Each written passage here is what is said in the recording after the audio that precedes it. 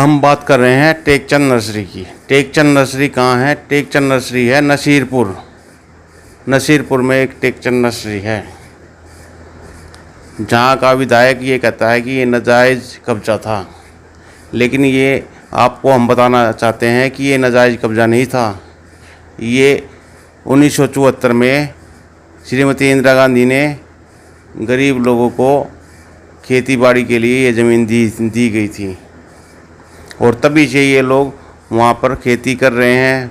पानी मिल जाता तो खेती कर लेते हैं, नहीं इन्होंने अपनी नर्सरी वहाँ पे शुरू कर दी थी। नर्सरी शुरू करने के बाद ये लगातार वहाँ पे काबिज हैं। जैसा मामला अभी हो रहा है, ऐसा मामला पहले भी इनके साथ हुआ। इन्होंने बताया कि पहले भी ऐसे ही दिल्ली सरकार ने इनकी ज़मीन को कब्जाने की कोशिश की थी। जैसे अभी 1 तारीख को मनीष सिसोदिया जी आके, आम आदमी पार्टी के शिक्षा मंत्री, वहाँ पे स्कूल का उद्घाटन करके गए हैं। पूरे परिवार को बंधक बना लिया प्रशासन ने, और वहाँ उनकी ज़मीन का 50 साल का कब्जा तुड़वा दिया। यह एक दलित परिवार है। दलित परिवार की ज़मीन छीनी है दिल्ली सरकार ने। सभी दलित परिवारों की ज़मीन छीनना चाहती है दिल्ली सरकार। टेकचंद नर्सरी के जो मालिक हैं उनसे बात की। कुछ वहाँ के विधायक ने फेसबुक पे आके अपनी बातें कहीं। हम आपको दिखाते हैं दोनों में क्या फ़र्क है। दरअसल ये एक दलित परिवार की ज़मीन है जिसको ज़बरदस्ती छीना जा रहा है। जिस वक्त यह ज़मीन अलॉट हुई थी, ये ज़मीन अलॉटी है। अभी ये ज़मीन जो वहाँ के विधायक कह रहे हैं कि ये नाजायज़ है, अवैध कब्जे में है, ये अवैध कब्जे में नहीं है। हम आपको ये बताना चाहते हैं, अवैध कब्जे में नहीं है, ये अलॉटेड ज़मीन है जिस पे मतलब ये अपनी नर्सरी चला रहे हैं। यह इनकी गुजर बसर के लिए एक साधन है, और फिर अच्छा काम कर रहे हैं। पेड़ लगाए हुए हैं, नर्सरी चला रहे हैं, लोगों को पेड़ बेचते हैं, लोगों के घरों में पेड़ लगवाते हैं। तो इसमें गलत क्या है? टेकचंद नर्सरी के मालिक सतपाल ने मुझे बताया कि वहाँ के विधायक उन पर ज़ोर ज़बरदस्ती 10 लाख रुपए की मांग करते थे कि सालाना 10 लाख रुपए मुझे दो इसका किराए के रूप में, नहीं तो इस ज़मीन को मैं छीन लूँगा। और उसी साजिश के तहत ये कार्रवाई उन्होंने करवाई। अब गरीब आदमी, दलित परिवार 10 लाख रुपए कहाँ से ला के देगा? ज़मीन की सिचुएशन ये है कि अब वो ज़मीन मेन रोड पे है, अब उसकी कीमत बढ़ गई है। दिल्ली में अब ज़मीन तो है नहीं, यही दलित लोगों की ज़मीन बची हुई है। अब दिल्ली सरकार की नीयत ख़राब है कि इसकी ज़मीन छीन ली जाए दलितों की, सभी दलितों की। जैसा कि विनय मिश्रा आम आदमी के विधायक कह रहे हैं कि दलितों की सारी ज़मीन छीन ली जाएगी, 1 इंच ज़मीन नहीं रहेगी। तो उनको हम बता दें ये नाजायज़ ज़मीन नहीं है, ये अलॉटेड ज़मीन है, और इसका बहुत ही नुकसान आम आदमी पार्टी को भुगतना पड़ेगा। भूमिहीन संघर्ष समिति ने आम आदमी पार्टी को बहुत सपोर्ट किया, और भूमिहीन संघर्ष समिति को के साथ लगी हुई एक समिति है हरेवली गांव में, बवाना हरेवली गांव। उन्होंने बवाना चौक पे मुख्यमंत्री केजरीवाल का पूरा स्वागत किया था। निर्मल वाटिका में इनका पूरा प्रोग्राम करवाया और लाखों रुपए खर्च किया।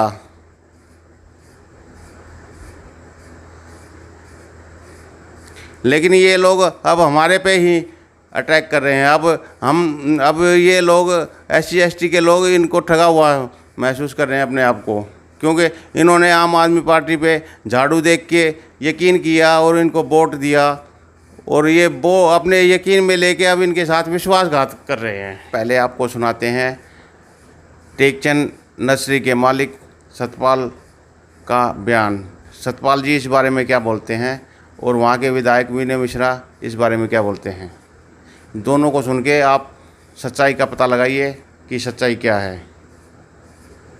ये दलितों पे हो रहा है अत्याचार और हम उठाएंगे इसकी आवाज़ लगातार। धन्यवाद। देखिए दोनों के बयान।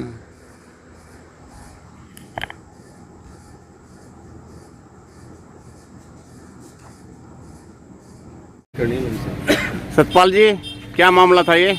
सर ये ज़मीन मेरे पापा को मिली थी, 74 में मिली थी ये ज़मीन खेतीबाड़ी करने के लिए। अच्छा। और तभी से मेरे फादर साहब इसमें काबिज थे। कई बारी बारिश होती थी, कई बारी बारिश नहीं होती थी। जब बारिश होती थी तो हम लोग यहाँ पे आके पापा खेतीबाड़ी शुरू कर देते थे अपनी। जब बारिश नहीं हुई तो नहीं कर पाए उन साल में, बाकी कंटिन्यू रहे। मैं अपने फादर साहब के साथ जुड़ा 74 के बाद। मैं 2011 में उनके साथ जुड़ा था, जब मेरे पापा के ऊपर यहाँ पे मुकदमा करा दिया दिल्ली सरकार ने या डीडीए ने, फर्दर जो भी लोग थे, उसमें भी हम जीत के आए। कोर्ट ने दिल्ली सरकार पे 1000 रुपये का फ़ाइन किया और हमें इस ज़मीन में वापस घुसने का मौका मिला। हम कंटिन्यू फिर से खेतीबाड़ी चल रही थी। अब आके जब ये 1.5 साल पहले टिकट खरीद के लाया विनय मिश्रा, इसने मेरे से डिमांड की कि सालाना मेरे को 10 लाख रुपए देने पड़ेंगे। अच्छा, इस ज़मीन के अगर यहाँ पे तूने खेतीबाड़ी या जो भी करना है यहाँ पे अपना चलाना है, ठीक है। मैंने एक नर्सरी का मॉडल बनाया, उसमें ही ज़बरदस्ती इन्होंने अपना 1 साल जब पूरा हुआ इन्होंने प्रोग्राम किया, डरा धमका के या तो करने दो। पूरा 1 साल प्रोग्राम इन्होंने किया। 1 साल जब इनका पूरा हुआ था तो हमारे यहाँ पे ही इन्होंने अपना साल का प्रोग्राम किया। केजरीवाल जी 2019 में आए थे 16 अक्टूबर को, उनका भी प्रोग्राम यहीं पे हुआ जी। और जब मैंने मना किया कि मैं नहीं दे सकता भाई, मैं क्यों दूं पैसे, तब उन्होंने कहा कि मेरे को आधी ज़मीन दे दो ये। अच्छा। मैंने कहा ठीक है जी, मैं आपको आधी ज़मीन दे दूंगा। क्या आधी ज़मीन मेरी आप लीगल तरीके से मेरे को दोगे? और मेरे जितने भी लोग हैं यहाँ पे सभी लोग ज़मीन देंगे, उनकी आधी ज़मीन उनको लीगली दे पाओगे आप? सरकार से होगी उनके पास मंजूरी? उन्होंने कहा ऐसा मैं नहीं कर सकता। नहीं कर सकते तो मैं ज़मीन क्यों दूं अपनी? मैं भी ज़मीन नहीं दूंगा, ना मेरा कोई आदमी ज़मीन देगा। तो उसका रिजल्ट उसने मुझे ये 2-3 महीने के अंदर अंदर में दे दिया कि मेरी ज़मीन से मुझे वंचित कर दिया, बाहर कर दिया। और मैं आज अपने परिवार के साथ। जब उन्होंने आपसे ये डिमांड की, जब आपने कोई कानूनी कार्रवाई नहीं की पुलिस में? नहीं, मैंने कोई कानूनी मैं ठीक है, कोई बात नहीं, नॉर्मल बात। अभी ये कैसे हुआ? आपको कोई नोटिस मिला इसका?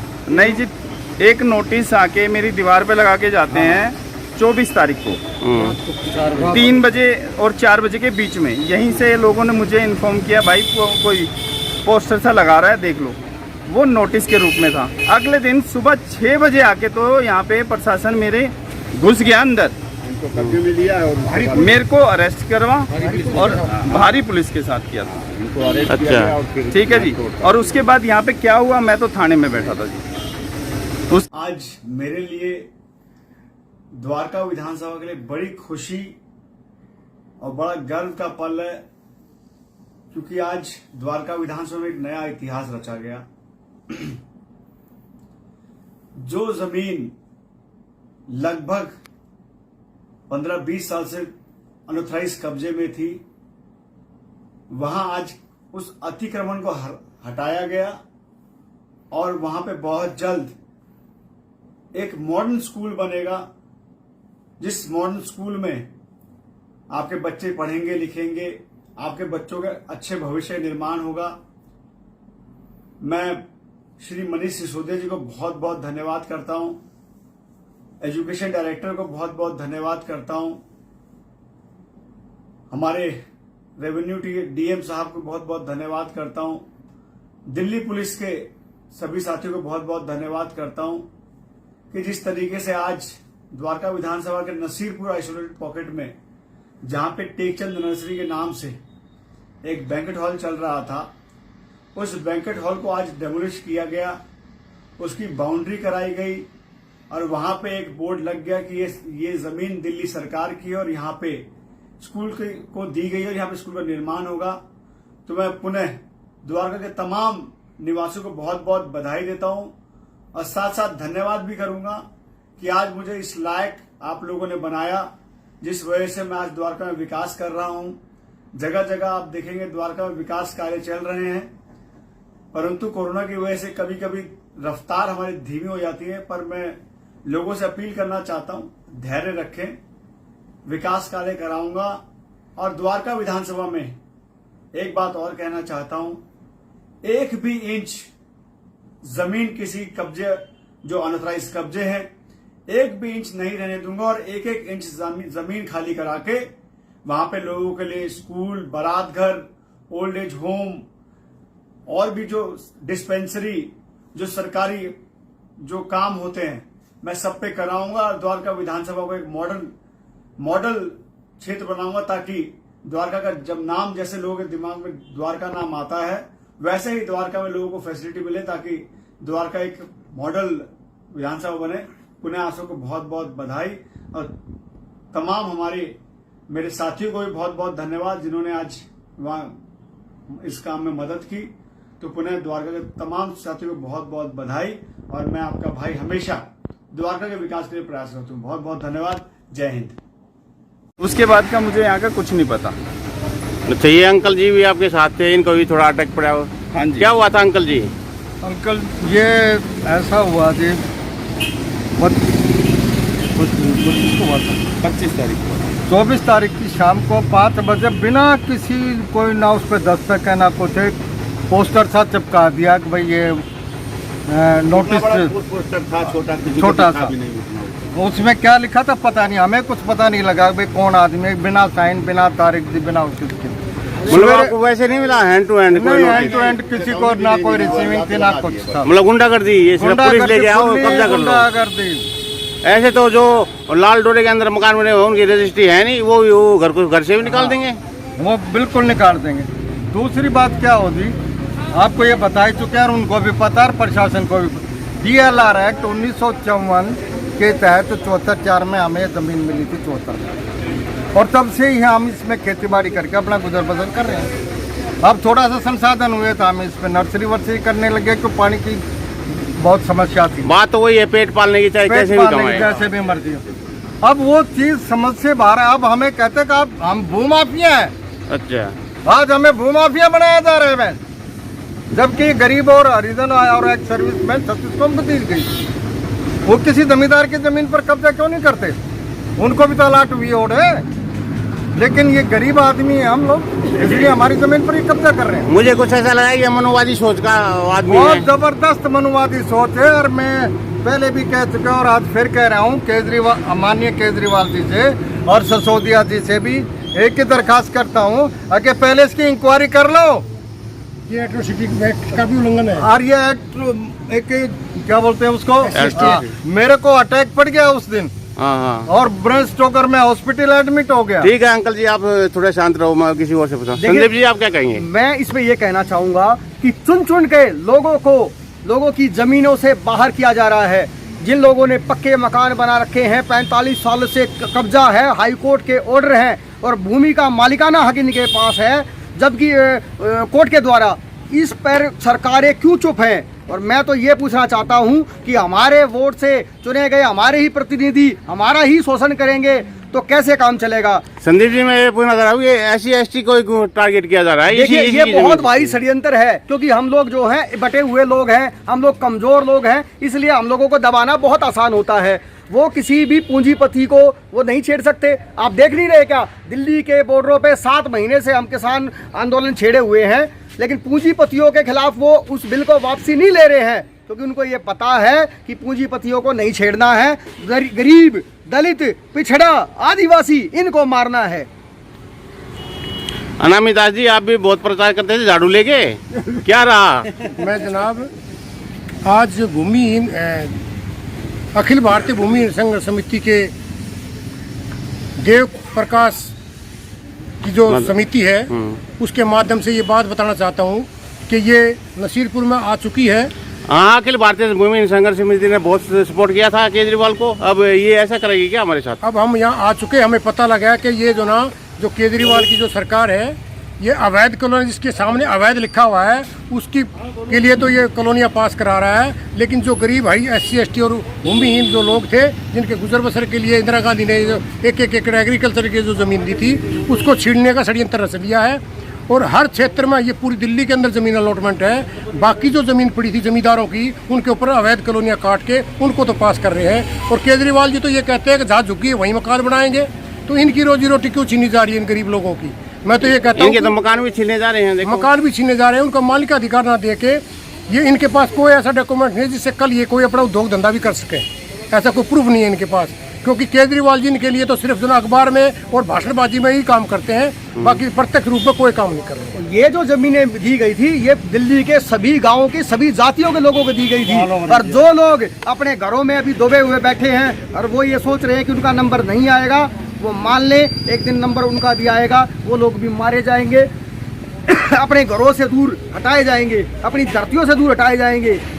इसलिए ज़्यादा से ज़्यादा संख्या में इस वीडियो को लाइक करें, शेयर करें और आगे बढ़ाएं और अपने घरों से निकलें आवाज़ उठाने के लिए, ताकि इस सत्ताओं के चेहरों से ये बेपर्दा हो जाए सरकार। ये सब मिली हुई है। चुप रहो। धन्यवाद आपका। अनामिता जी, ये जो यहाँ ये संदीप जी हैं, ये सतपाल जी, ये तो कह रहे हैं कि सरासर घूसखोरी कर रहे थे। ये तो 10 लाख रुपए मांग रहे थे जमीन के महीने के। देखो जी, ये नेता लोग ये कुछ भी कर सकते हैं। हाँ, आधी जमीन पे कह रहे हैं, आधी जमीन हमारे को दो। ये इस तरह कुछ भी कर सकते हैं। मुझे तो ये तक भी सुनने में आया है यहाँ पर कि ये जो जमीन है, यहाँ पर कुछ प्लॉट भी बने हुए हैं, जो कॉलोनी भी काटी हुई है ग्राम पंचायत की जमीन में। तो उनको क्यों नहीं डेमोलेशन किया जा रहा? पहले यहाँ भूमाफिया के जो लोग हैं, तो इनको भूमाफिया बोल के और इनको टारगेट बना के इनकी जमीन छीन के अपने आप को अपनी कॉन्स्टिट्यूंसी में चमकाना चाहते हैं ना। तो इससे पहले मुझे एक मामला और मिला था गोला डेयरी में, वो भी कुछ ऐसा ही था। वो भी जो ना एक अलॉटमेंट जमीन थी, उसके ऊपर जो ना डीडीए के नाम से इस जमीन को टारगेट करके जो मोहल्ला क्लिनिक के नाम से, छठ घाट के नाम से और पार्क के नाम से उस आदमी की जमीन छीनने का षड्यंत्र था। टारगेट सिर्फ SC/ST की जमीन छीनना है, बस, क्योंकि बाकी जमीनों पर तो कॉलोनियां बन चुकी है। आज जो हम इतने लोग इकट्ठे हुए हैं, आज हमारे इस मीटिंग में फैसला लिया गया है कि जो भी सरकार द्वारा आवंटित जमीनें हैं, या तो उन्हें लिखित रूप में मालिकाना हक दिया जाए, नहीं तो जिस प्रकार से किसान आंदोलन चला हुआ है दिल्ली की सीमाओं के बाहर, किसान यहाँ आ जाएंगे। किसान यहाँ आ जाएंगे और दिल्ली के अंदर एक आंदोलन खड़ा होने जा रहा है, जिसमें कि जितने भी भूमिहीन लोगों को जो जमीनें दी गई हैं, उनका मालिकाना हक देना पड़ेगा। ट्रॉली यहीं लगेंगी, ट्रॉलियां यहाँ लगेगी। और बल्कि आम आदमी पार्टी सरकार जो कि बहुमत में है, बहुमत की सरकार इस प्रकार से राज हट दिखा रही है, इसका बहुत ही भारी नुकसान होगा। इस यही बात के साथ मैं अपनी वाणी विराम करता हूँ। धन्यवाद। आप क्या कहेंगे? सुरेंद्र कुमार MLA जो बुआना से है, वो समाज के लिए बहुत उतरे हुए हैं, मैंने देखा है। और वो जब कहते थे कि विधानसभा में जब वो MLA थे, तो वो कहते कि मैं जो ना आपका मंच से ही डिक्लेयर करा दूंगा, और जब मैं विधानसभा में उठता हूँ तो लोग मुझे 20 सूत्री कार्यक्रम कहते हैं। उनको भाई साहब को भी हाथ जोड़ के प्रार्थना है कि वो भी आएँ और इस सरकार को बताएं कि ये ज़मीन जो छीनी जा रही है, ये गलत छीनी जा रही है। इसी तरीके से जो सुल्तानपुरी से भाई, क्या नाम उनका, जय किशन जी तो सोनिया गांधी से कह रहे थे कि मैं यही मंच से डिक्लेयर कराऊंगा जलेबी चौक में। तो वो कहाँ चले गए? सारे जो कांग्रेस के जो अधिकारी हैं जिनके द्वारा ये जमीन अलॉटमेंट की गई थी, तो वो आके और इस जमीन का जो ना फैसला कराए, केजरीवाल से हमें बचाएं।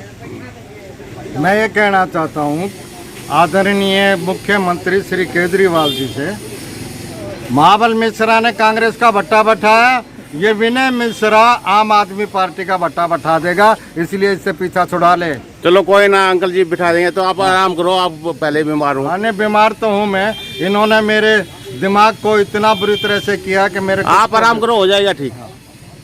आप क्या कहेंगे भाई साहब जी? बस भाई साहब, मैं ये कहूँगा केजरीवाल की जो पतन था वो विनय मिश्रा के थ्रू आज शुरू हो गया। अब विनय मिश्रा के थ्रू शुरू हो गया, तो आने वाले इलेक्शन में इनको पता भी चल जाएगा कि क्या किया इन्होंने। धन्यवाद साहब। धन्यवाद। अनामिता जी और कुछ? मैं एक बात और कहना चाहता हूँ। बोलो जी। केजरीवाल से मेरी हाथ जोड़ के प्रार्थना है कि जो ना वो अपनी सद्बुद्धि करें और हमें गरीब लोगों को बचाएं, क्योंकि शीला दीक्षित की सरकार 15 साल दिल्ली के अंदर राज करके गई है, और इन लोगों को जो टारगेट बना के वो कहती है कि 20 सूत्री कार्यक्रम की जमीन को पक्का किया जाएगा, 1 महीने के अंदर पक्का किया जाएगा। और आपने भी मंच पर जब आप स्टार्टिंग में जब आप इलेक्शन में आए थे, तो आपने भी घुमन हेड़ा में और घेवरा मोड़ पे आपने ऐलान किया था कि इस जमीन का मैं मालिकाना अधिकार दूंगा। पंजावला भी कहा था जी, पंजावला में भी कहा बताया।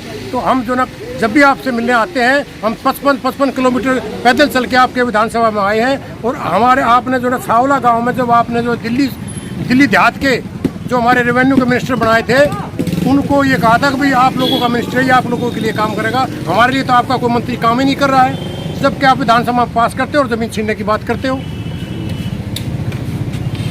जी ये लो सारी चीज़ें।